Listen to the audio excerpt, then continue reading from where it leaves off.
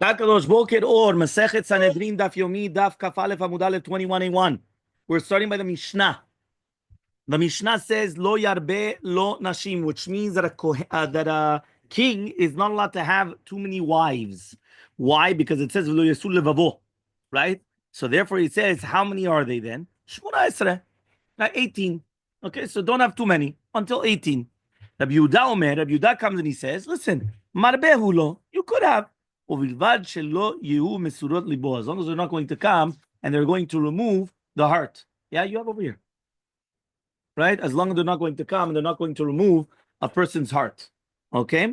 Rabbi Shimon comes and he says, he says like this, no, one second. Even if it's going to be one and they're going to remove the heart, it's going to be too much. Okay? He says, don't get married to her. Imken. So why does it say, right? So why does it say lo yabelo nashim? So he says dafilu kavigai, not even like Avigail, that she was a tzadeket. Don't have too many wives like Avigail even. Okay, so Avigail was a tzadeket. That means don't even have too many of those. Okay, fine. Says the Gemara, lemeimra de Rabbi Yehuda darish tama dikra. Are you going to tell me that Rabbi Yehuda is doresh the reasoning of the pasuk? What does that mean? And Rabbi Shimon is lo darish tama dikra. The pasuk comes and tells you don't have too many wives. Why? Velo yasul levavo, because they're going to take away your heart. Mashma. So you know what? If they're not going to be moseret levavi, so mutar. The mutar ad matayim. Not big deal. You know, you guys started joking around because you said until 18, right? The truth is, it's only because we only have one. That's why you say, oh, 18 is like, you know. But if you think about it, right, the Gemara actually speaks about it, that if it wasn't for the Cherem of Rabbeinu Gershom or the different Charamot and everything, right, a person could have even 4 wives, even until the Chatchila, because then it comes out 1 per week, right, the Ona. So if a regular person could have 4 wives, to tell you that a king is going to have 18 is no big deal. You understand? Meaning, like, it's for us, you can't even have more than one. It's like, oh, 18 is aynarai. You understand? If a person is, you understand? Like, it's not going to come and it's not going to change much. You understand? Fine. Right? So he comes now and he says like this. Are you going to tell me then that Rabbi Yehuda is the one that's Doresh, Tamad Ikra, and Rabbi Shimon is not the one that's Doresh, Tamad Ikra? Yeah, you have over there. Yeah? So he says, he says, we learned the exact opposite. It's in French. Yeah? He says, he said, we learned the exact opposite. What does that mean now? We learned the exact opposite. He says, the Tanya was learned in a Braita.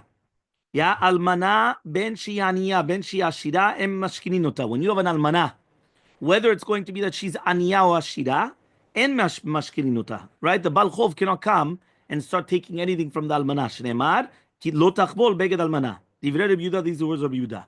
Rabbi Shimon says ashira mashkininota. No. She's rich, you can. Aniya and mashkininota. V'ata chayav lachzir la v'ata mesiya shemra b'shkinotea. He says if she's an aniya, you're not going to do it, and you're obligated to give it back to her, but then you're going to put a shemra in her shchuna. The Gemara is going to explain why. Right? So what are you talking about exactly? So he says, Hachi Kamar, this is what it means to say. Mitoch she'ata mashkina, if you're going to come and you're going to take a mashkon from this almana, ata chayav lachzila, you have to give it back to her. And then you're going to give her a bad name. Right? Why? Because imagine right now, right, she's an almana, and you see a guy walk in every single day and walk out. So what are you going to start thinking? So saying, listen, they're doing their necessities, as they say. Yeah. So what happens? You're giving her a bad name. Now, really, be'emet, it's because you're taking a mashkon from her, and you're obligated to give it back to her. But since she's an aniya, right? אתה חייב להחזיר לה את זה. אתה לא יכול להשאיר את זה אצלך. So again, אבל זה שם רע. Why? מה הם עושים שם כל הזמן? אתה לא יודע את כל הפרטים. כן, כאילו הוא מלווה לה משהו, והוא לוקח משכון. You understand? So because of that, you're giving her a bad name. Here, it's the exact opposite. Here, Rabbi Yehuda is not going to be Doresh the time of the reasoning of the Pasuk, and Rabbi Shimon is, and by us, it's the exact opposite. Because by us, Rabbi Yehuda says, Amarbeulo, have as many wives as you want. Just make sure they don't turn your hearts. Right? Kafalef Amud Aleph, 21a1. So he says, just make sure they don't turn your hearts. So what's going on? So says the Gemara, Be'alma really be'emet, Rabbi Yehuda lo darish tamad dikra. Rabbi Yehuda is not the one that's going to be doresh tamad dikra. V'shane hacha, and it's going to be different over here, right? The mefaresh tamad dikra, that you are going to use right? The reasoning of the pasuk. Matam, what's the reasoning? Lo yarbe lo nashim. You're not going to have so many women. Mishum de lo yasu levavo. Because they're going to come and they're going to turn your heart astray. Rabbi Shimon HaMelecha, but Rabbi Shimon's going to come and he's going to tell you, Michti, let us see. Be'alma darshinan tamadikra. Usually we are going to be doresh the tamadikra. Im ken, if so, lichtov kra, the pasuk should say, lo yarbe lo nashim, right? That a person should not have too many wives. Velishtok, right? And keep quiet. Va'ana amina, and I'm going to come, and I'm going to say, yeah. Va'ana amina, I'm going to say, right? Matam, right? Matam lo yarbe. Why is it that you're not going to have too many? Mishum de lo yasur levavo. Because you're not going to have lo yasur lamali. So he says, why is it that you're not going to have lo yasur? So he says, afilu achat mesira libor ez lo yisena. Because even if it's going to be one, and he's not going to remove the heart, don't get married to her. Elamani mekayem. What am I going to be mekayem? Lo yarbe. What does it mean lo yarbe? Da afilu kavigayin. Even like Avigail, that she was a tzadeket, don't have too many. So one more time. Rabbi Yehuda b'derech klal, he's not doresh tamadikra. Here, the Torah tells you mefurash because of lo yasul levuvo. So therefore, over here, that means even though b'derech klal ani lo doresh tamadikra. You know why? Because technically speaking, being doresh tamadikra is mesukan. Why? I'm going to come and I'm going to tell you. Let's say let's pretend that 2 days of Yom Tov was written in the Torah. Okay, it's not, but let's pretend it was. If I'm going to come and I'm going to say, you know why you have to do 2 days of Yom Tov? Because you have to feel the aura of the Yom Tov. So in Chutz La'aretz, you have to feel so you have 2 days of Yom. If I'm going to invent the reason and it's not written in the Torah, what's going to happen? I'm going to be the smart guy and I'm going to say, listen, I'm a big Hamluban. I'm a Mekubal Eloki. I could feel it in 1 day. So what? I'm going to come and I'm going to do 1 day. Why? Because I'm doresh tamadikra kacha, and therefore I'm going to come and I'm going to do something different. So he says, because of that, by the way, it's actually a sakana. It's not that thing. And they actually speak about that by Shlomo Melech. Because Shlomo Melech, he went and he said, he's chacham mikol adam, he's going to come and he's going to have much more than 18. Yeah? And then what happened? They came and they did the Sirah Levavo. Right, but paro and all the other things. So therefore, it's not that simple. So therefore, Rabbi Yehuda comes and he says, "B'derech klal, I'm not doresh tamadikra." But here it says in mefurash in the pasuk, "Lo yasiru levo." Rabbi Shimon is going to come and tell you, "B'derech klal, ani ken doresh tamadikra." So then, why does the Torah tell you? So the Torah should have just told you, "Lo yabel lo nishim." V'gamarnu. So why? And I'm going to tell you it's because of lo yasur. So why did it tell you lo yasur? Because even if you're going to have one wife, and it's going to be mesirat libo asur lecha. Afilu achat. The Torah told you really don't have more than 18, right? Lo yarbe lo nashim. We come and we say lo yarbe lo nashim, not more than 18. But 1 second, if it says lo yasur, so lo yasur is even al achat, even on one wife. So imagine the guy is going to come and say, "Listen, I'm only going to take one. I'm not going to take 18. I'm going to take one." Yeah, but that one is going to be like Izebel, or she's going to be like a Reshait. No. Afilu achat, you're not allowed to. So says the Gemara, okay, fine. How do you know 18? The Torah just tells you, lo yarbe lo nashim. Don't have too many wives. How do you know 18? So the Gemara says, Hani shmona esrei minan. How do you know the 18? Tichtiv, it says in the Pasuk, Vayivaledu leDavid banim bechevron. David HaMelech had children in Hebron. Vayhi bechoro. This is a famous Gemara, by the way, to do with the Bnei Yefet Toar. We're going to speak about it now. Right? He says like this, Vayivaledu leDavid banim bechevron. Vayhi bechoro Amnon. So the Bechor was Amnon. Okay? So the Bechor of David is Amnon. That he had Amnon from Achinoam Israelite.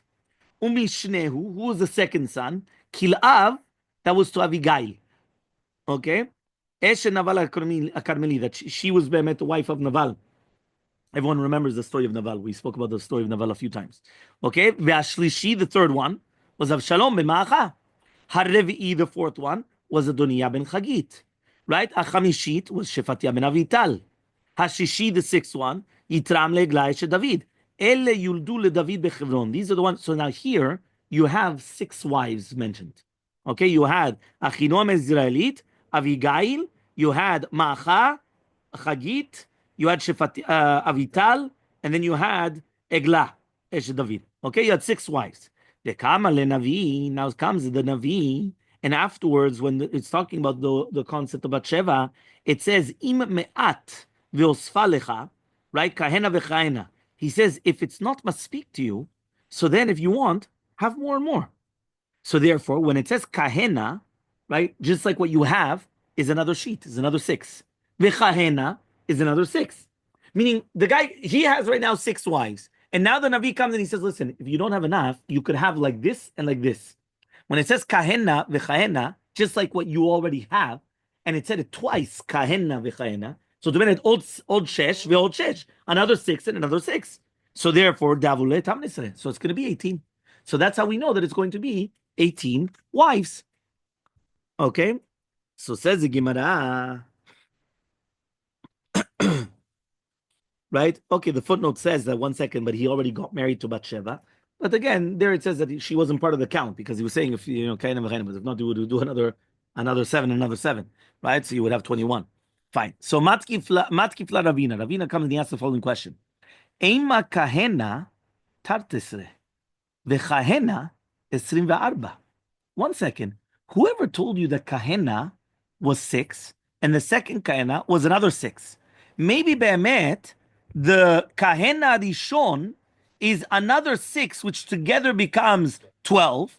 And then if you say v'chahena, right, it's another 12 what you were gonna have. So then it becomes 24, right? Because you're telling me it's kilu 6 and then 6. No, maybe it's 6 because that's what you already have. So then it becomes 12.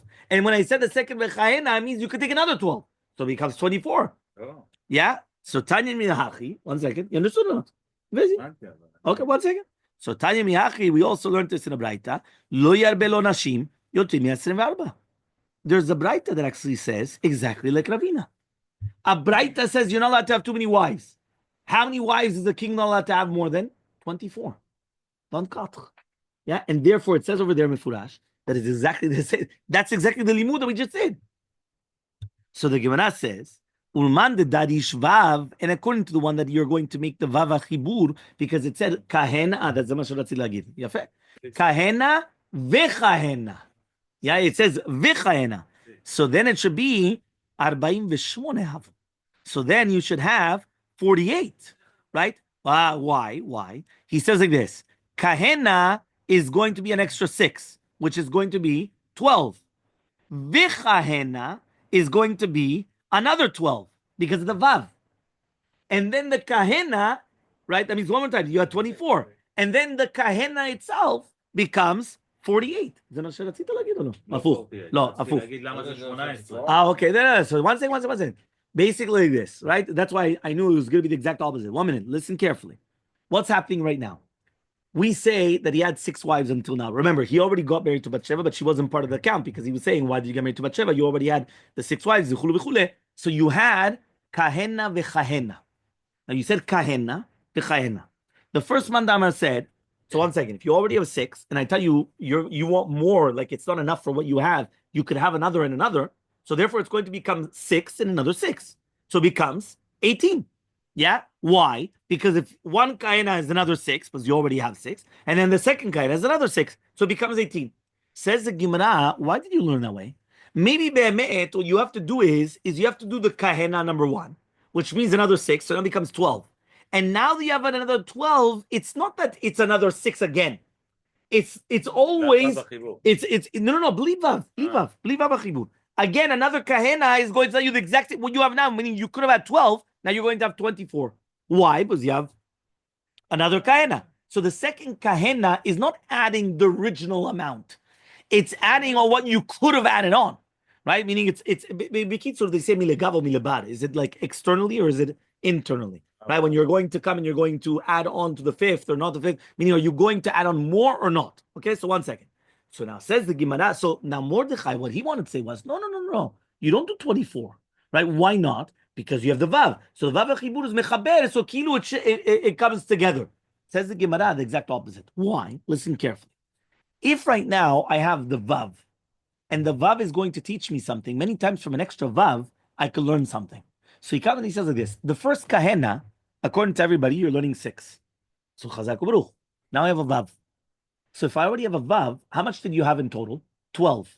The Vav is now going to teach you 24. right? Because it's always going to be double than what you already have.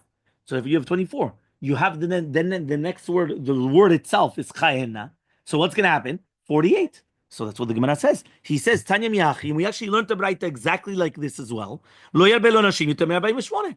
No more than 48. So now before, we just told you that a king should not have more than 18 wives. We went from 18 to 24, and now we went from 24 to 48. And again, it's always coming from the original number of the 6, because the original number of 6 is that's what he had. Okay? Vetana didamai tama. So why is it that he learned it like that? Amar Rav Kahana says, Makish kahena batra lekahena kama. He wants to make a kesh. Lakish. You can't always lakish. But here, he wants to say, this is this Tana of the Braita. He wanted to make a kesh. What's a kesh? The second kahena, selamim shos like the first kahena. Meaning, it's the same number.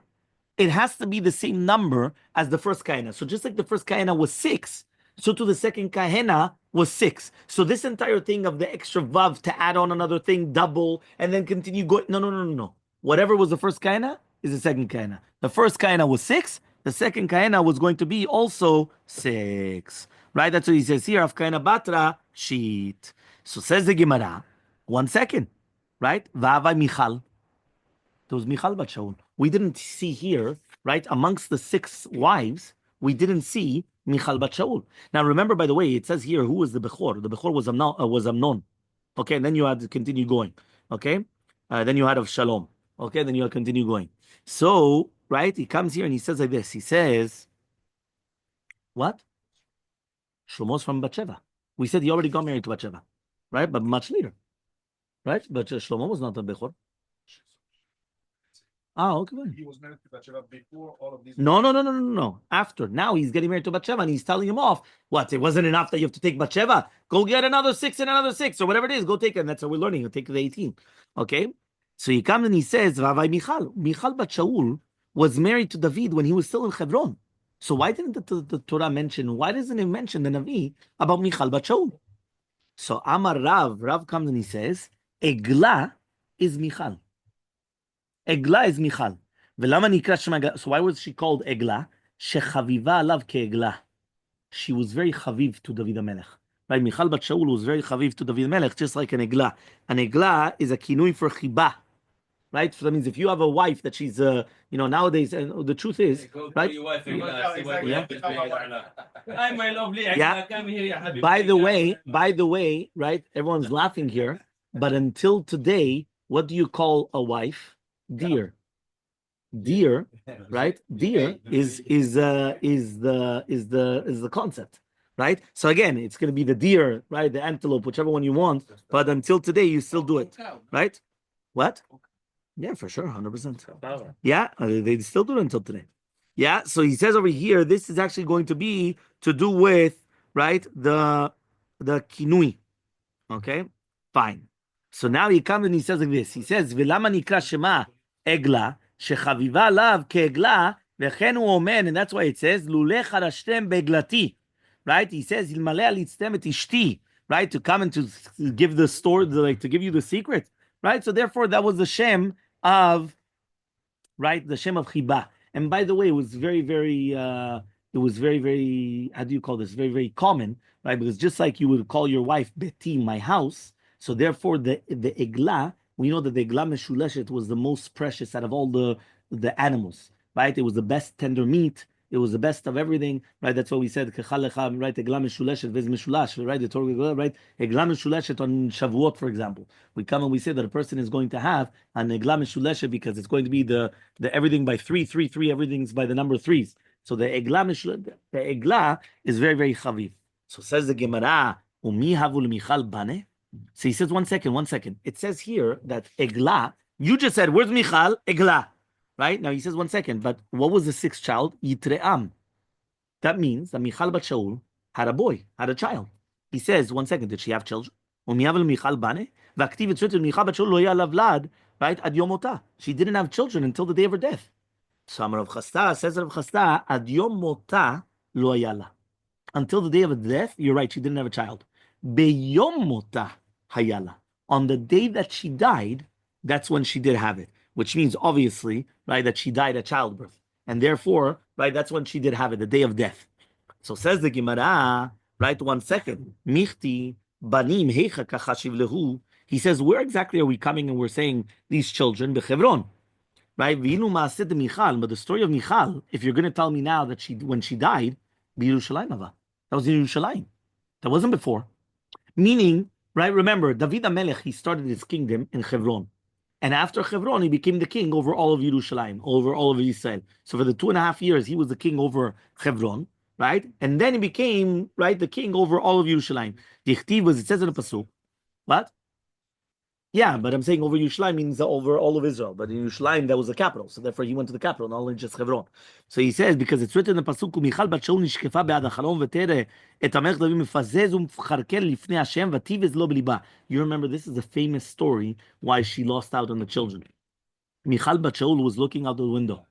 And all of a sudden she comes and she sees that David Elmaleh is dancing like crazy in front of the Aron. And therefore she was disgraced in her heart. ואמר רב יהודה ואיתמר רב יוסף, שקלטה מיכל למיטרפסה. So Michal, right, she was actually punished in this world, right? Because she was mizalzelet in David, that he was dancing in front of Hashem, so HaKadosh Baruch Hu went and he stopped that she wasn't going to have children, right? And therefore she didn't have it until Yom Motah, okay? So says the Gemara, so 1 second, if you're going to right now tell me that these are the children that happened in Hebron, and if right now these are the children that happened in Hebron, right? He says, why exactly is this going to happen in Yerushalayim? So he comes and he says, Ela Ema, but rather, what are you going to say? Right? He says, what you're going to say is, right, as follows, right? He comes and he says like this. He says over here, he was a king over 7.5 years, and then afterwards he conquered Yerushalayim. When he was first the king over Hebron, and then afterwards over all of Eretz Yisrael. Ela Ema, but rather you're going to say Adoto Maaseh, until that action, Hayala, she did have a child, meaning Yitraem was actually a child of hers. But Mikam ve'elach lo yela klal. But then what happened was, right, she didn't have any more, right? And then it said she didn't have children until, that means even the ones that died beforehand, they died during her lifetime. Meaning even this boy, what was his name? Yizraam. He died also during her lifetime. Okay? So says the Gemara, it's written, Vayikach David od pilagshim v'nashim in Yerushalayim. He says, what are you talking about? He says that David Elmaleh took all other pilagshim and nashim also. So says Lemeluya Shmonasra. Saying you're right, to fill up the 18. Right? But at the end of the day, he was allowed to have 18. So says the Gemara, my nashim my pilagshim. What does it mean now? A woman, a wife, and a pilegesh. What's the difference? So Rav Yehuda says the name of Rav. Nashim is with a ketubah. Kiddush, right? And with kiddushin. Pilagshim, any type of a pilegesh is without a ketubah and without kiddushin. Okay, so that's a pilegesh. Okay?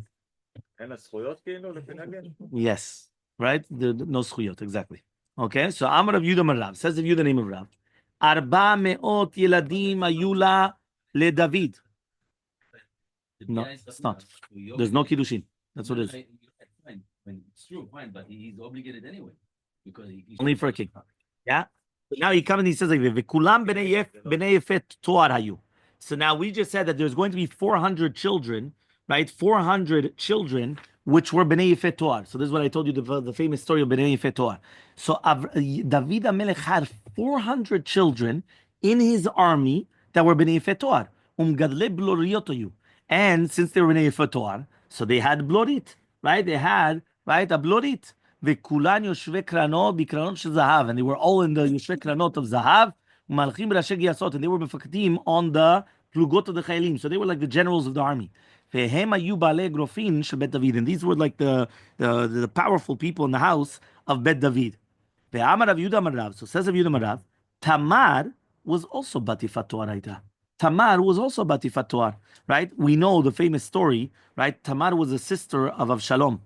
So there also was a Yifet Torah. Shneimar, but it says in a pasuk, ve'ata, and now, right? So now this is when Amnon wanted to come and violate Tamar. If everyone just wants to understand what's going on, Amnon, right? Amnon was the half brother of Tamar. We just said, right? We just said that Amnon was from the first wife, right? And that was the Bechor, right? That he came from Achinoam Israelite, and then Avshalom was the son of Ma'acha.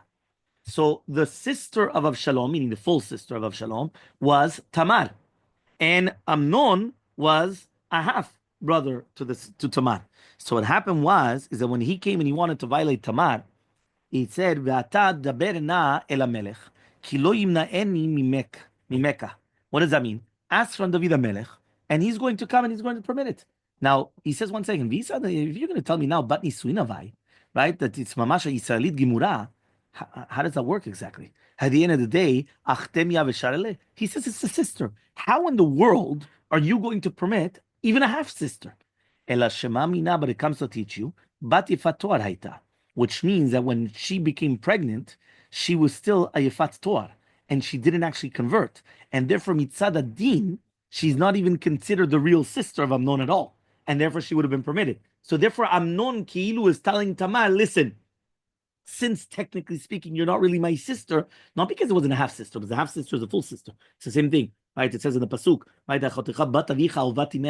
Right? It's oto davar, right? It doesn't matter whether it's and then kavachomer, obviously, it's a full sister on both ends, right? But one second, no, one second, because what happens now is that since she was already considered a yifet toar, so she became pregnant as a yifet toar, and only after the yifet toar they did the conversion, right? Because that's the way it was. The first biyah was always going to be permitted even before the conversion. It was the second biyah that had to be done with the conversion process. So therefore, since right now, right, there's going to be a conversion and it was only done afterwards, and she became pregnant from the first biyah, so therefore, technically speaking, she's not really a sister. So she's not her sister. So therefore, there's no problem of actually coming and getting married to her. So Rav Yehuda, what?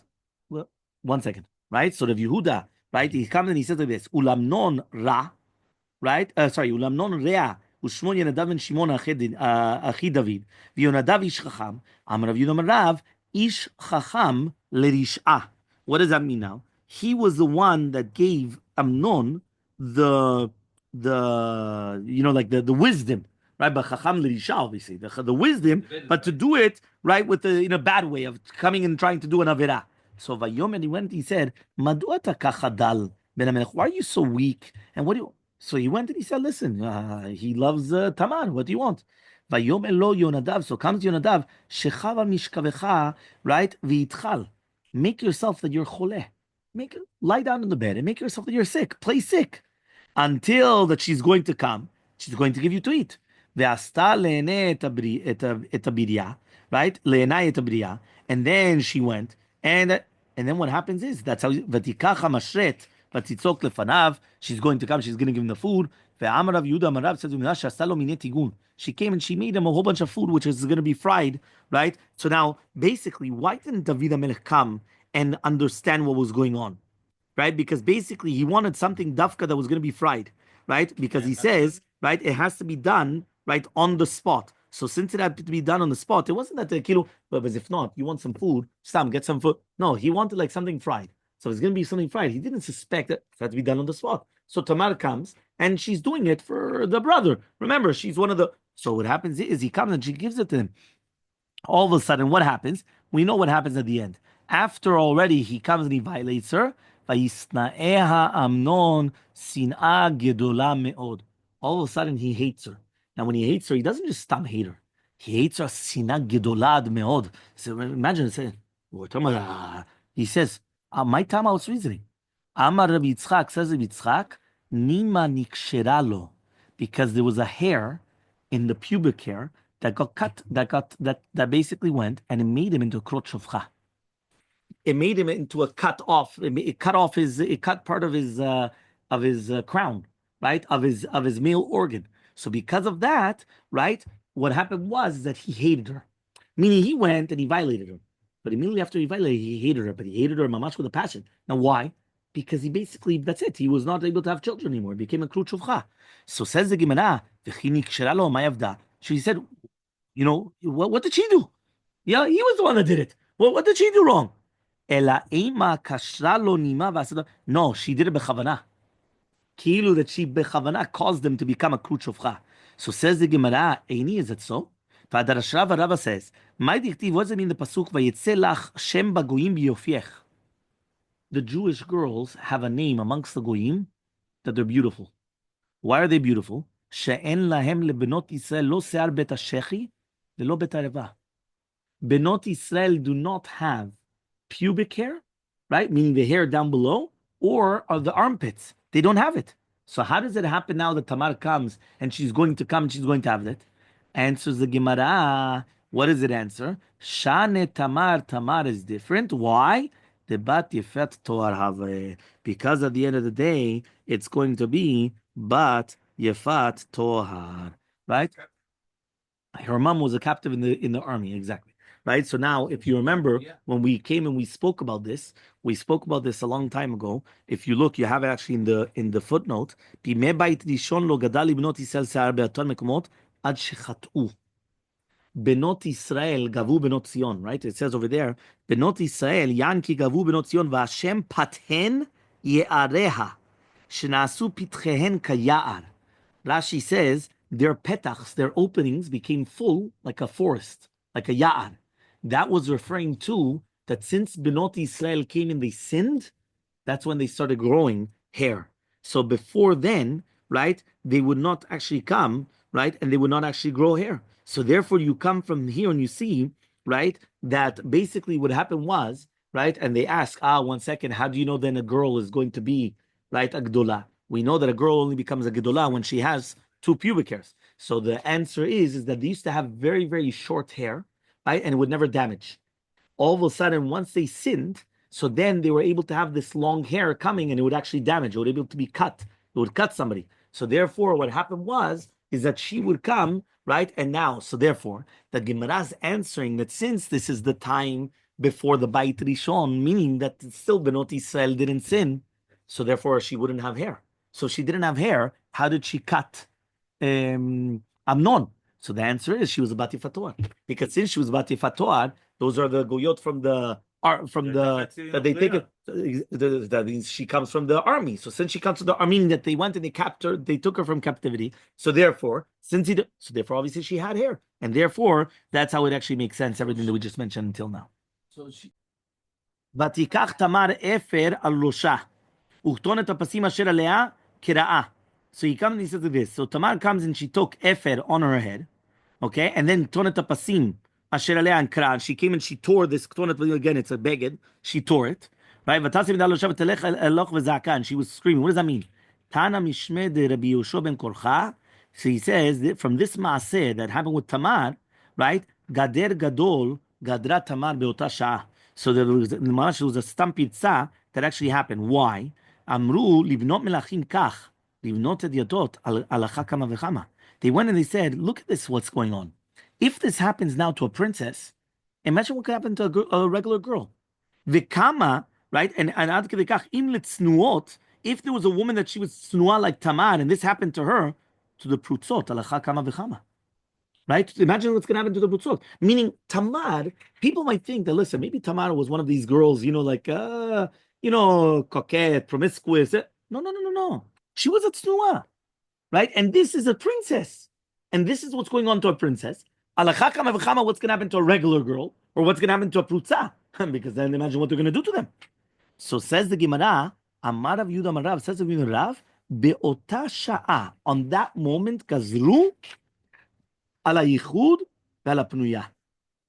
Kafalef amud bet, right? Or 21b. Meaning on that moment, they made a decree on the yichud and the pnuya. Obviously, we're going to ask on yichud. Yichud with a married woman was always prohibited. But on the pnuya, what does that mean? Until then, there was never any suit of pnuya. Why? Because you could always get married to her.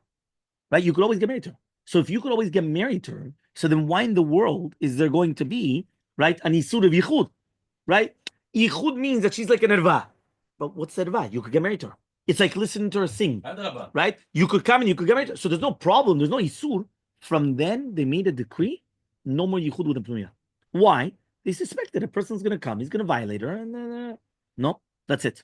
So ask the Gemara, yichud? Toraitahu.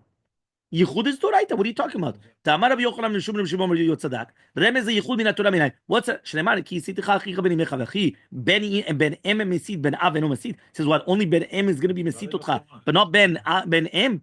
So he says, Ela lomar lecha ben mityached im imo. A boy could have yichud with his mother. Ve'en acher mityached im kol arayot b'Torah. But a person cannot have any other type of arayot. So he says, you're right. Ela ema gazur yichud pnuya. You're right. Only on yichud of pnuya. Okay, so then what happens is the Gemara says, "Vadonia ben Chagim mitnaseh lemor aniyim lo." Then all of a sudden we have another pasuk, right? That Adonia came and he said, "I'm going to become king." Amar Rav Yehuda Amar Rav says, "You remember Lamed shebikesh lo olmo."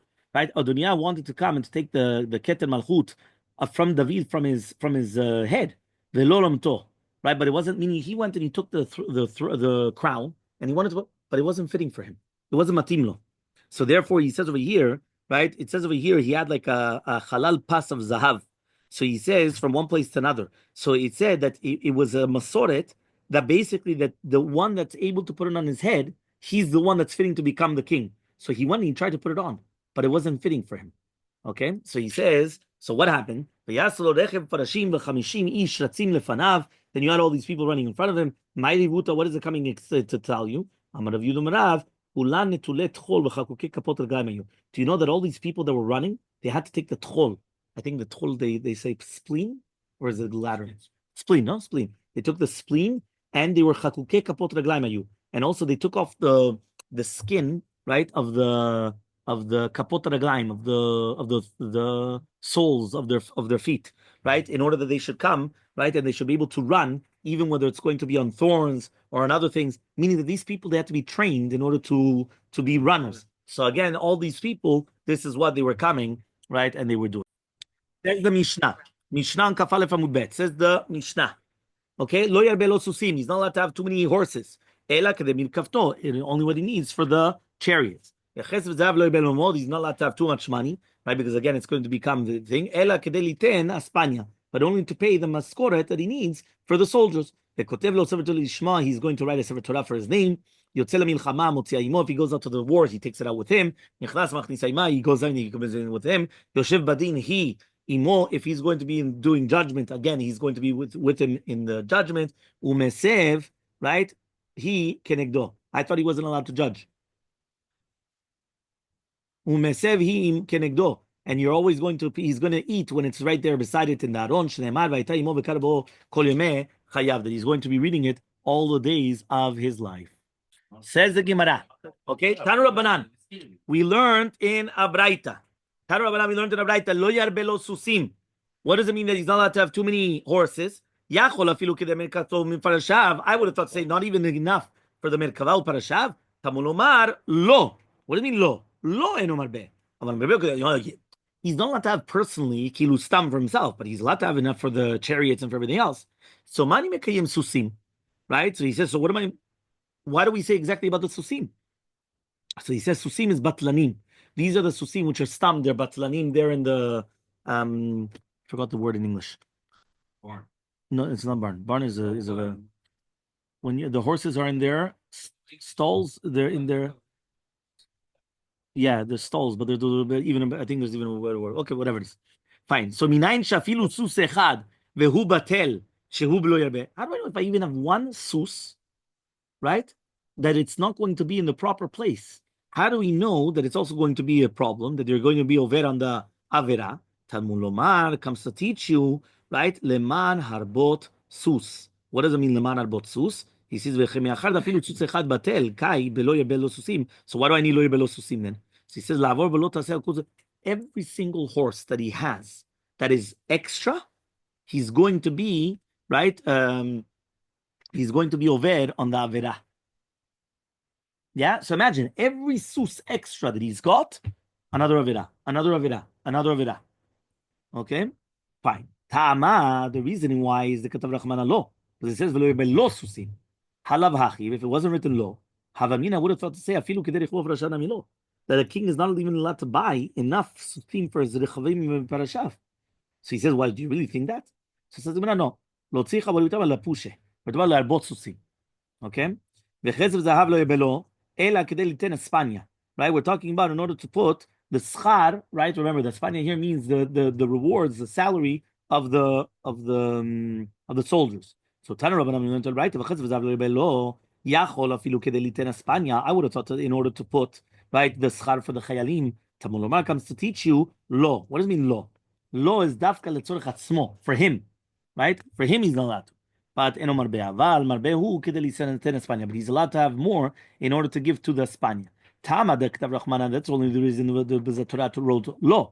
If not, I would have thought to say that what, even if he's not going to have enough money, it doesn't make sense. Are you really telling me that a king cannot have enough money to pay soldiers? Like, it doesn't make sense. So he says, no, lo tzricha larvacha. We're talking about now that he wanted to actually come and give them, right, like extra money that they should have, even more than what they really need. That's the pshat. Okay, so hashta damarta, now that you told me lo, lidrasha, so lo yerbelo nashim ma'darashabe. Nearly this. We went and we said, why do we have to have the word lo? Lo yerbelo susim. So he says, the lo yerbelo susim was coming to teach you of the extra of the susim, but not for him. For him, he cannot have extra, but he can have enough for the parashav, right, and for the ichbol parashav. So he says, okay, so then what do you do with the word lo yerbelo nashim? What's lo? So he says, lemeute hedyotot. It comes to teach you, right? It's coming to exclude the hedyotot. What does that mean? The king, right? Which means the king, the hedyot, is also not allowed to come and not allowed to have, right, too much, right? That means if right now, right, the king is not allowed to, what, the hedyot is allowed to? So Rav Yehuda comes and he says, one second. How could that be that we just said right now, right? You remember that we just spoke about that a regular person, if it says, that means the melech is not allowed to be mar ben hashim, other people are going to come and they're going to be allowed to. Okay, that means I would have thought to say that if it's going to be on the king, so kal vachomer, it should be on everything else. But he says, no, it's only going to be, right, because of asarat levavo of the king. Okay, now he comes and he says, so according to that, it comes out, right? So what are we coming and teaching us then now? That it's going to be mutar le'ediot. So the Chidushei Aran comes and he says that it's a sula melech larbot susim kedei shelo ylashiv et ha'am mitzrayma. And he's not allowed to have too much kesef because of gava. These are only shayachim in a melech. And therefore it's only going to be on a melech and not going to be on a regular hedyot. Okay, fine. Now we're going back to the other part of the Gemara, which is talking about the stables. I think that's what it was called, not the stalls, the stables. No, that's stables. Stables. Okay, I just it says stalls. Okay, okay. You remember? I remember. I think it was stables. There, it doesn't. I saw it. Yeah. Okay, fine. So he comes and he says like this, right? So he says like this, right? But here also in Hebrew they have a different word for it, right? It has a different word for it. It has yes. Okay. No, I didn't get to review that yet. I went in the footnote. I just told you guys something in the footnote. Okay, fine. So now we're going back to the Gemara. The Gemara comes and it says like this. Rav Yehuda comes and he asks a contradiction. K'tivet written vayhili Shlomo 40,000 he says over here urot susim lemerkavto lemerkavo. K'tivet it's written vayhili Shlomo 4,000 ariyot susim. Hakeitza. So 1 second. In one place it's telling me 40,000, and another place it's saying 4,000. I don't understand. Between 4,000 and 40,000, it's a big number. Haketzad. So says the Gemara, Imar Ba'im Elef Itztablaot. He says he had big houses, right, which are going to be for the Susim. Hayu kol echad ve'echad hayu bo 4,000 arvot Susim. So imagine, he had 40,000 big houses that they had for the Susim, and each one had 4,000 Susim. That's you're talking about numbers. It's a crazy, right? It's true. It's true. Today it's a curse.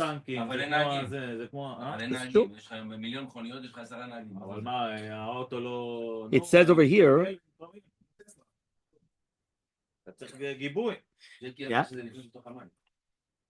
Yeah, he says. Yeah, he says like this. So he said one more time, you have 40,000 big houses, and every single one you had 4,000, right, of the susim. Ve'im 4,000 itztablaot hayu, kol echad ve'echad hayu bo 40,000. Or you say the opposite. There were 4,000 itztablaot, and each one had 40,000. Yeah?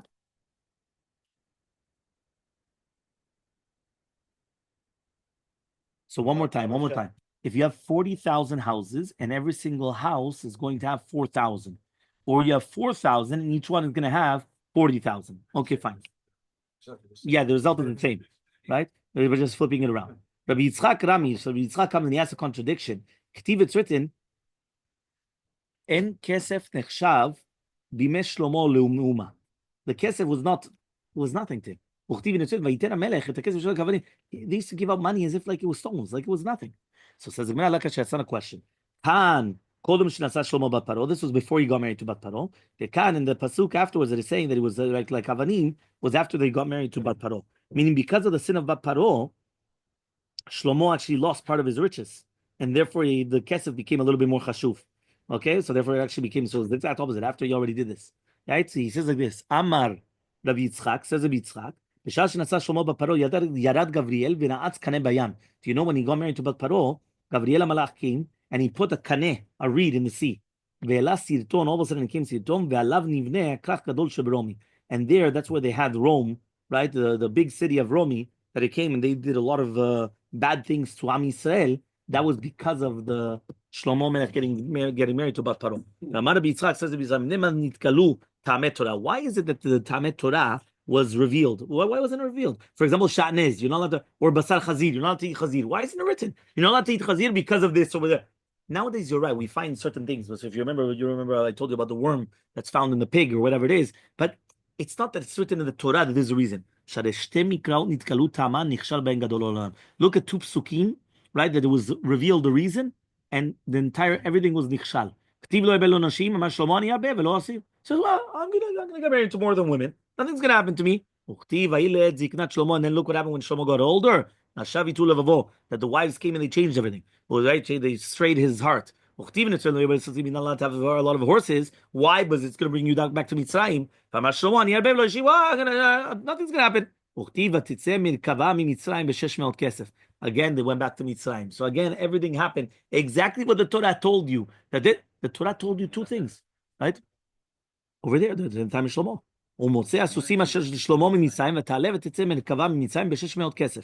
They came out from Mitzrayim. So again, Shlomo Melech came and he thought that I'm going to bring susim from other places, and therefore I've got everything. Again, he was nichshal. Why? Because again, they came from Mitzrayim. The mekor of the suseh Shlomo was from Mitzrayim, and that's why he comes and he says, so they're not allowed to do that. So again, these two psukim are teaching you that I gave you two psukim and I gave you the reasons, and all of a sudden you failed in both of them. V'kotev sefer Torah lishmo. So the next part of the two dots, it said that the king is going to come and he's going to write a sefer Torah lishmo. Tana, we said, however, he's not going to be mitkashet b'shelavotav. What does that mean? Even if his fathers came and left him a sefer Torah, he still has another chova to come and to write his own sefer Torah. Amar Rava says, even if the father comes and leaves him a sefer Torah, mitzvah lichtov mishelo. There's always a mitzvah for you to come and to write a sefer Torah. You guys have to come and write the right. Now you're going to write it. So Abaye comes and he says, Melech in he says, 1 second, maybe it's only a king. Only a king is obligated to write a sefer Torah, not anybody else. So answers the Gemara, what are you talking about? Right, we're talking about two sifrei Torah, meaning the king is obligated to write two sifrei Torah, right? Because basically a regular person also has a sefer Torah. The Tanya, just like we learned on the right, he's going to write two Torot. One of them is going to come and go out and come with it. One of them is going to be in Vev the one that's going to come in with him. He's going to make it very, very small. Right? That means it's mamash, very, very, very small. The Tolebi is raw, and it's always going to be enough that he could hold it in his arm. Right? That it always has to be opposite him. Right? But he's not allowed to go into it, not with a bet menchatz, or with the only makom shera'ui likrabo. Means he's not allowed to take it into the washroom or other places, obviously. So Amar Marzutov says, Lashon HaKodesh. Do you know the beginning was written the Torah with Ktav Ivri and Lashon HaKodesh? But then afterwards it was given to them again B'Ktav HaShurit of Lashon HaRami. Right? It was given to them also B'Ktav HaShurit and Lashon HaRami. So Yisrael came and they decided Ktav HaShurit and Lashon HaKodesh, that it's going to be Ktav HaShurit and Lashon HaKodesh. That means what we have is called Ktav HaShurit. Okay, V'inichu le'edyatot, and they left for the edyatot Ktav Ivrit v'Lashon HaRami. Man edyatot, who's the edyatot exactly? Amar Rav Chasda says Chasda, the Kutay for the Kutim. My Ktav Ivrit, what is the Ktav Ivrit exactly? Amar Rav Chasda says Chasda, Ktav Libona. Right, basically they're very, very big letters. Okay, that's what they would write in mezuzot and kmiyot and everything. So Tanya, we learned in the right Rabbi Yosef men Ra'uya Ezra she'letenitoh Yisrael. Do you know that Ezra Sofer, he was fitting that the Torah should have been given to him? In Malek the Moshe, if it wasn't for the fact that Moshe Rabbeinu came before him. But Moshe Omer, was Moshe, it's written, O Moshe ala Elohim, Ubezra Omer, who Ezra, right, who Ezra, ala mi Bavel. My Aliyah, just like the Aliyah that was written over here, Torah, Aliyah, right, is written over there, right, is going to be Lahalan, Torah. Moshe Omer, by Moshe Rabbeinu, it says, V'otitziva Hashem ba'yetayil l'med otchem chuk mishpatim. And by Ezra Sofer, it also says, Ki Ezra achin levo lidrosh Torah telokav, v'lasol l'med b'yisach chuk mishpat. Ve'af al pi shelo nitna Torah li'edo. And even though the Torah was not given to Ezra Sofer, nishtana li'edo, right, the Ktav was changed. Shneimar, but it says in a pasuk, right? It says Uchtav Nishtava. We're talking about the Ktav that change. Katuv Aramit Torah Aramit, right? Uchtiv, and it's written V'lo Kalan. Obviously, we'll continue this tomorrow. Bezrat Hashem.